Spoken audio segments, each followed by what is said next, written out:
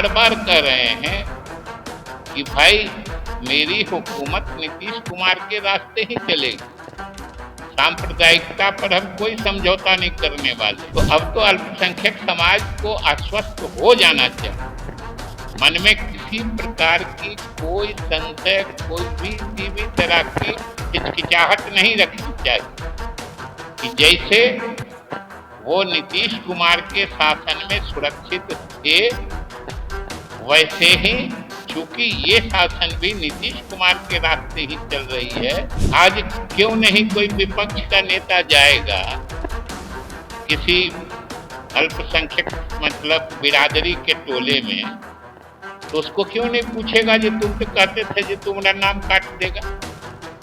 यहाँ तो एक भी नाम नहीं काटा। डिप्टी सीएम विजय कुमार चौधरी ने साफ कर दिया है कि नीतीश कुमार के रोड मैप पर ही सम्राट चौधरी की सरकार चल रही है।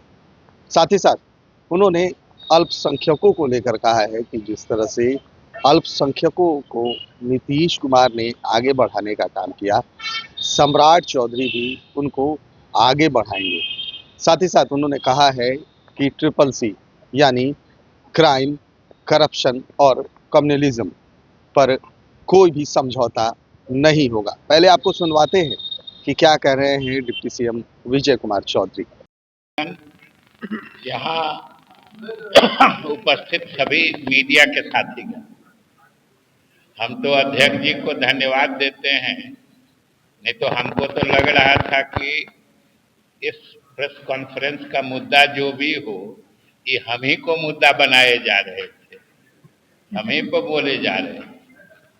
इसलिए इनको धन्यवाद देते हैं कि बीच में छोड़े बात को, जो कुछ हम लोग आपस में बात कर पाए। साथियों, आज मुख्य रूप से एक बात जो आप बराबर सुनते हैं, या हम लोगों की तरफ से, हमारे पार्टी की तरफ से भी और सरकार की तरफ से भी, मुख्यमंत्री की तरफ से भी, ये बात लगातार आप लोगों के माध्यम से बिहार की जनता को हम लोग बताते रहे हैं, आश्वस्त करते रहे हैं कि अभी भी जो वर्तमान सरकार श्री सम्राट चौधरी जी के नेतृत्व में बनी है और काम कर रही है, इसका रास्ता, इसका तरीका, इसका सलीका, ये सब नीतीश कुमार जी के द्वारा जो तय किया हुआ था,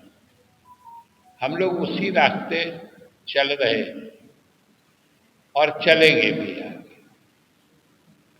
और आज खास तौर से हम आपको जो मुख्यमंत्री जी का वक्तव्य बाहर भी आया है, विश्वास मत के दौरान उन्होंने विधानसभा में भी अपनी बात रखते हुए कहा था कि नीतीश जी के कार्यक्रम को तो हम आगे बढ़ाएंगे, और नीतीश कुमार जी के शासन में जिस तरीके से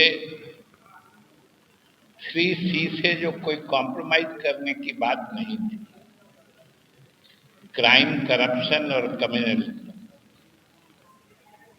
तो ये बात तो उन्होंने सदन के माध्यम से जनता को आश्वस्त किया ही है।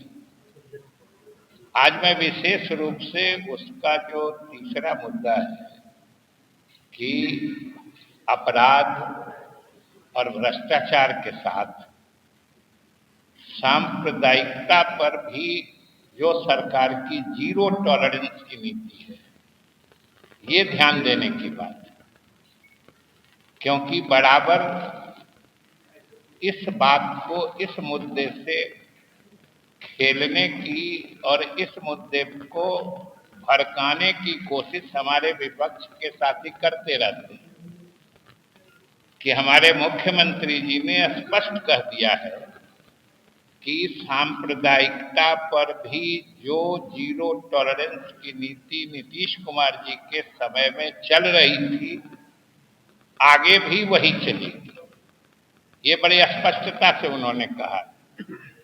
इसलिए आज के इस प्रेस कॉन्फ्रेंस के माध्यम से हम आप लोगों के माध्यम से बिहार के अक़लियत समाज के लोगों से विशेष रूप से आग्रह करना चाहते हैं कि भाई आप ही नहीं, बिहार सूबे के तो सभी अल्पसंख्यक समाज के लोग मानते ही हैं। देश भर के, मुल्क भर के अल्पसंख्यक समाज यह मानता है, मुल्क भर का, कि अल्पसंख्यकों के हित में जो बिहार में काम हुआ है वो कहीं दूसरी जगह नहीं हुआ। और ये मानता है यूं ही नहीं, उसके पीछे तथ्य हैं, प्रमाण हैं, योजनाएं हैं जिनसे अल्पसंख्यक समाज के लोगों का भला हुआ है।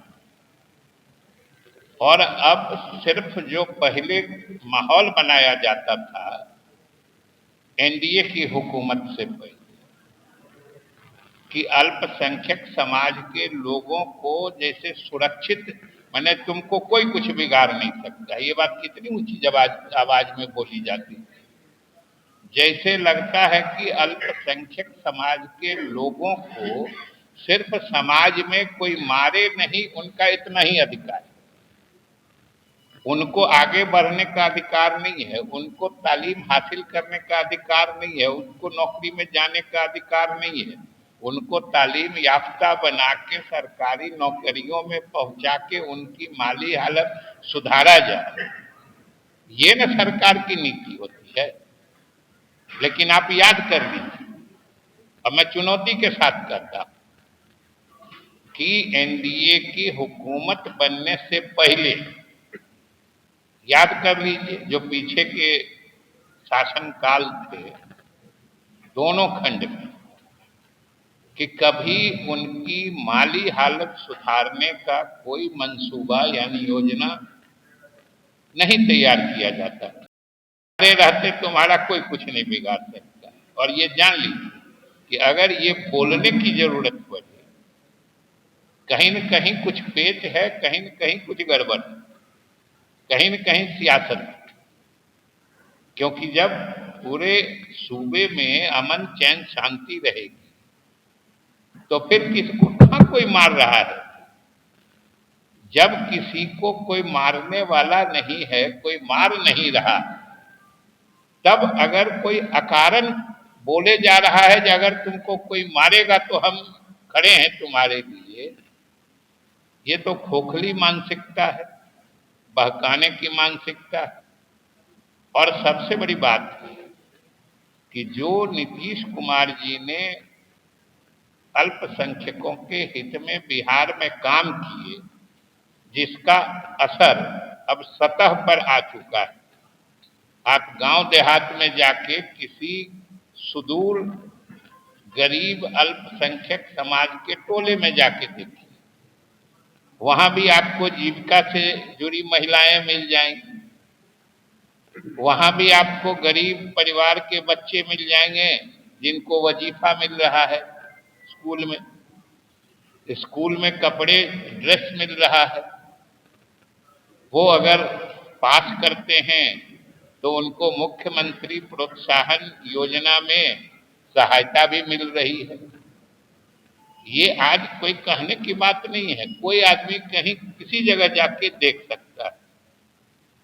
और स्वाभाविक रूप से ये नीतीश कुमार जी ने एनडीए सरकार के नेता के रूप में किया था।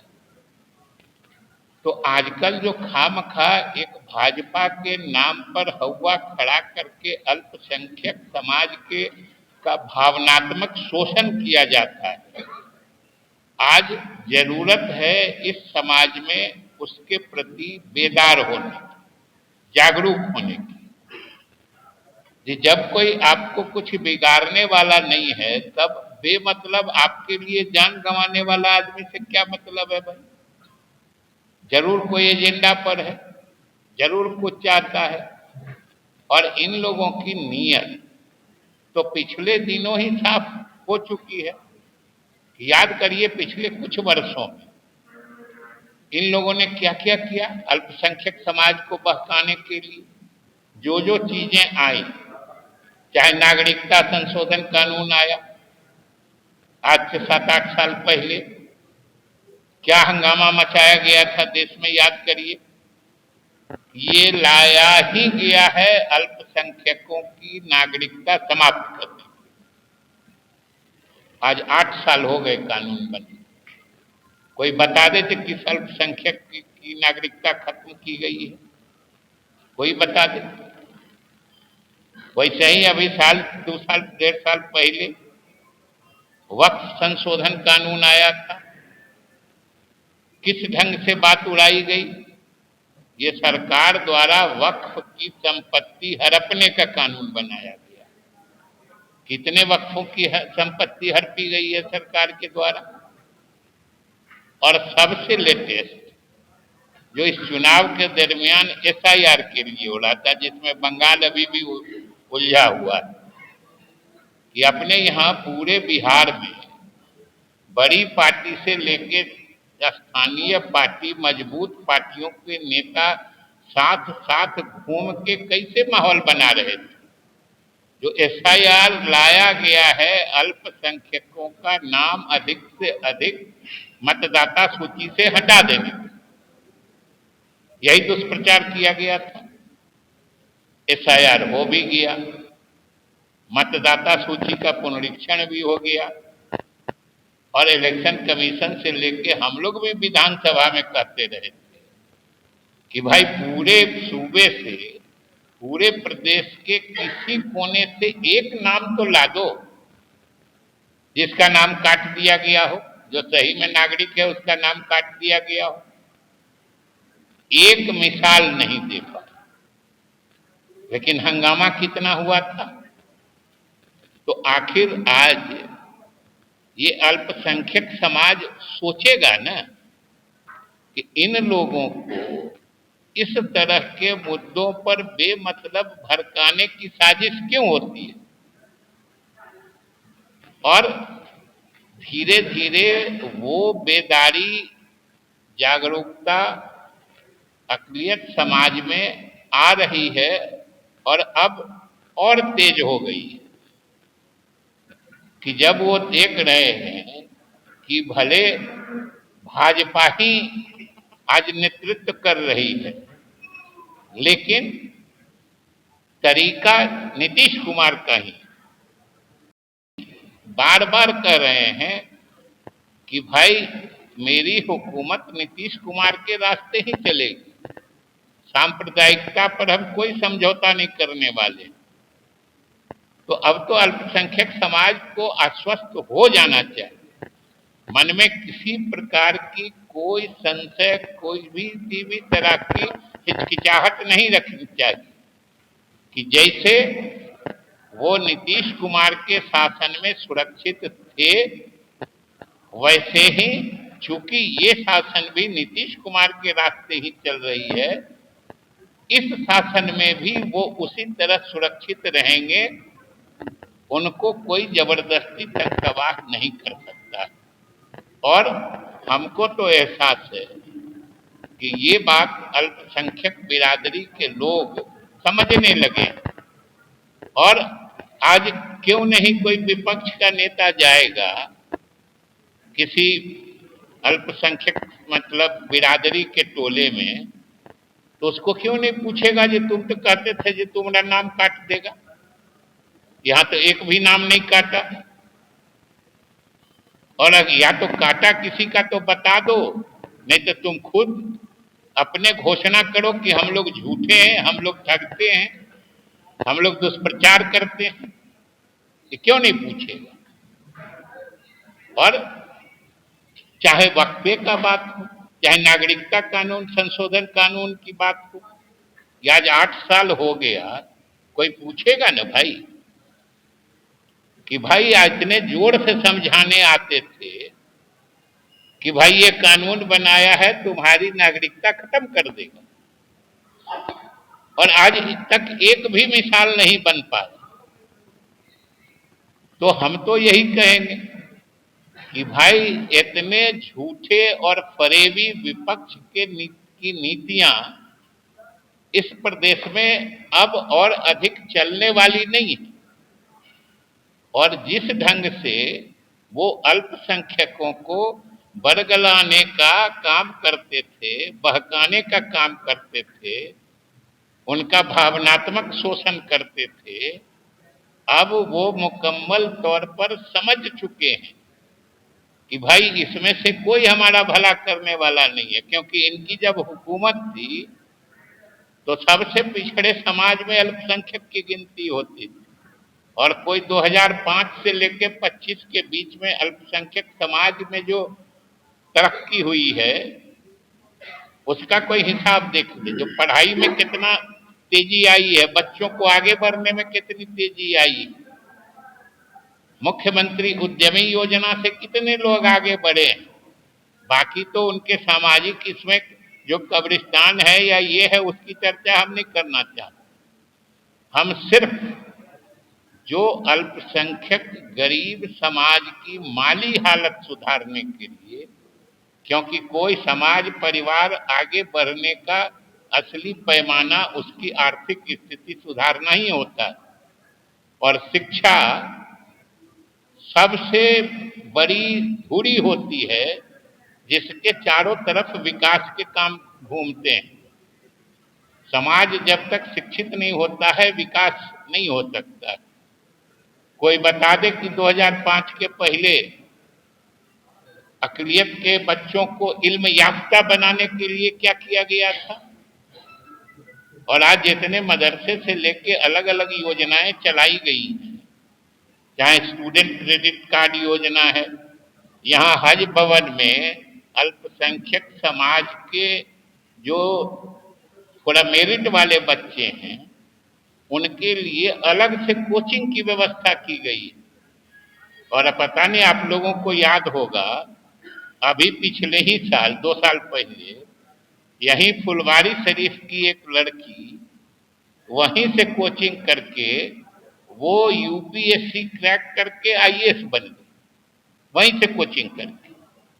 आज समझिए उस समाज का असली हितैषी कौन हुआ कि जिसने ये नीतियां बनाई जिससे उस समाज के बच्चे आगे बढ़ रहे हैं, कि केवल भावनात्मक शोषण करने वाले।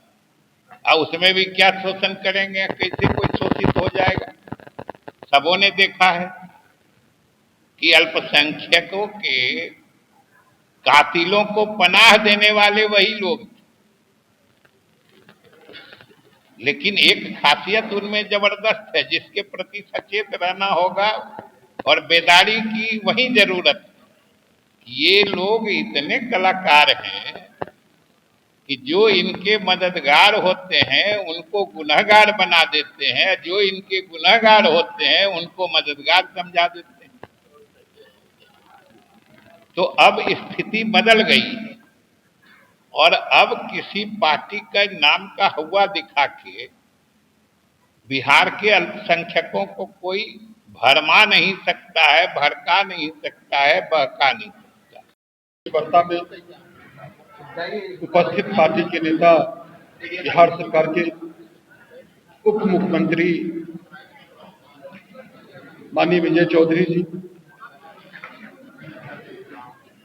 विधान परिषद में उपनेता, पूर्व उपनेता, कोषाध्यक्ष ललन सराफ साहब, विधान परिषद में मुख्य सचेतक रूलिंग पार्टी पूर्व माननीय संजय गांधी जी, राष्ट्रीय प्रवक्ता राजीव प्रसाद जी, राजीव रंजन प्रसाद जी, पूर्व सांसद साबिर अली जी, नवीन अलिया जी, हमारे अशरफ जी, इरशादुल्लाह जी, इरशाद जी, मेजर इकबाल साहब, अफजल साहब, और आप प्रिंट मीडिया के साथी, इलेक्ट्रॉनिक मीडिया के साथी, सोशल मीडिया के साथी, छायाकार साथी, आप सभी का स्वागत है। आज बिहार सरकार के उप मुख्यमंत्री माननीय विजय चौधरी जी एक महत्वपूर्ण विषय पर विचार रखने के लिए हम सभी के बीच उपस्थित हैं। मानिए विजय बाबू को बातों को सब लोग बड़ी चाव से सुनना चाहता है, क्योंकि कठिन से कठिन विषयों पर भी इतना सरल और सहज भाषा में रखते हैं। हर लोग उत्सुक रहते हैं इनकी बातों को सुनने के लिए। हम समय विलंब न करते हुए हम सीधा आमंत्रित करते हैं माननीय डिप्टी सीएम साहब विजय चौधरी जी। माननीय अध्यक्ष जी और हमारे पार्टी के जमीनी हकीकत ये सब लोग समझ चुके हैं कि उनका असली हसबखा या हितैषी कौन है, ये मुसलमान समाज समझ चुका है। इसलिए इस बात की जो ये परिवर्तन हो रहा है, ये हम आप लोगों से भी अनुरोध करेंगे कि इस परिवर्तन को आप समाज के सामने जरूर उजागर करिए, क्योंकि ये समाज के हित में है। एक तबका जो शुरू से शिक्षा और विकास में उपेक्षित रहा है, एनडीए के नीतियों के कारण आज वो समाज के मुख्य धारा में साथ चलने की तैयारी में है। ये सबके लिए प्रसन्नता की बात और सबको प्रसन्नता जाहिर करनी चाहिए। इसलिए मुख्य रूप से आप लोगों से यही निवेदन है कि कृपा करके इस बात को थोड़ा उजागर करके समाज के सामने लाइए, जिससे कि अल्पसंख्यक तो बेदार हो ही रहे हैं, पूरा समाज बेदार हो जाए और सच्ची स्थिति से वाकिफ हो जाए। बहुत बहुत धन्यवाद। बोलिए।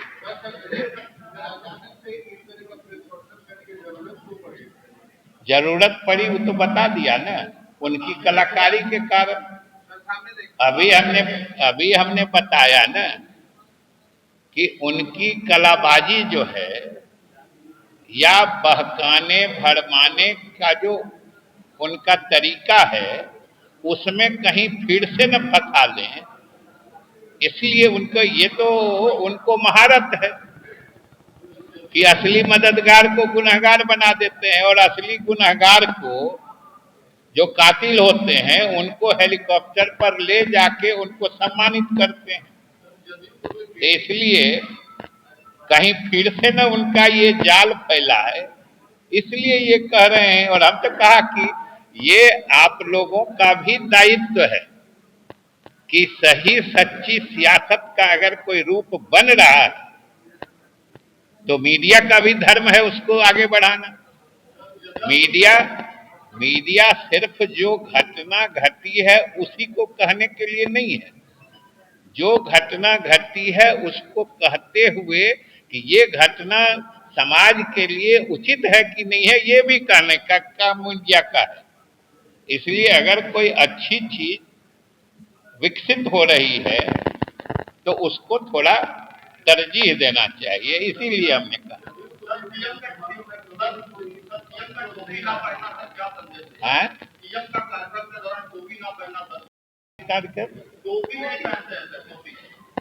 टोपी नहीं पहनना, आप लाइए ना 2-4 टोपी एक साथ हमको पहना दीजिए। अरे जितना टोपी सीएम ने पहने हमको पहना दीजिए, हम भी सरकार में हैं। आपको अगर टोपी से इतना ही प्रेम है और टोपी से ही सरकार का परफॉर्मेंस मापते हैं तो 4-5 टोपी लाइए।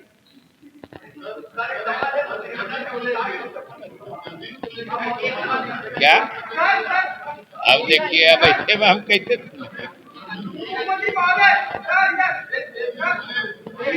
बीजेपी कार्यालय के बगल में बीजेपी कार्यालय के सामने राशि भंडार किराए का कपड़ा की दुकान खोले थी, उनको हटा दिया गया। वहां के मुसलमान नाराज है, बोले कि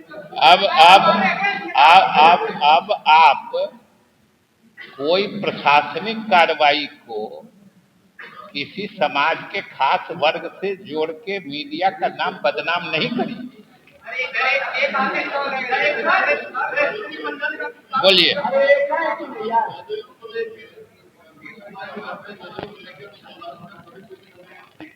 ठीक से हमको सुनाई नहीं पड़ रहा। एगो माइक ऑन नहीं है। एक मिनट का माइक दिलवाते हैं।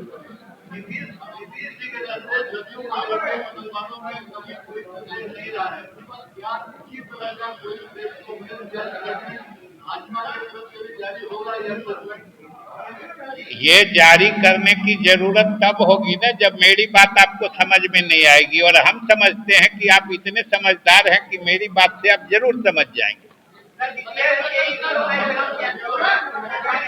एक आदमी बोलिए। बारी बारी से एक सवाल एक बार कोई पूछ ले, जवाब मिल जाए तब। अब हम माइक मंगा रहे हैं। क्या ये बात कितनी बार बताई गई? नहीं, बार बार कहाँ बताई गई? बार-बार ये क्यों जरूरत पड़ रही है कि बिहार में जो नेतृत्व है वो नीतीश कुमार जी की ही मतलब उनका ही चल रहा है, ऐसे क्या मतलब? ये बहुत पर्टिनेंट सवाल है, इसलिए कि ये विधानसभा, ये सरकार, ये चुनाव ही हुआ था 2025 से 30, फिर से नीतीश। ये सरकार का, एनडीए का बिहार की जनता से कमिटमेंट है कि हम 2030 तक नीतीश कुमार के हिसाब से ही सरकार चलाएंगे।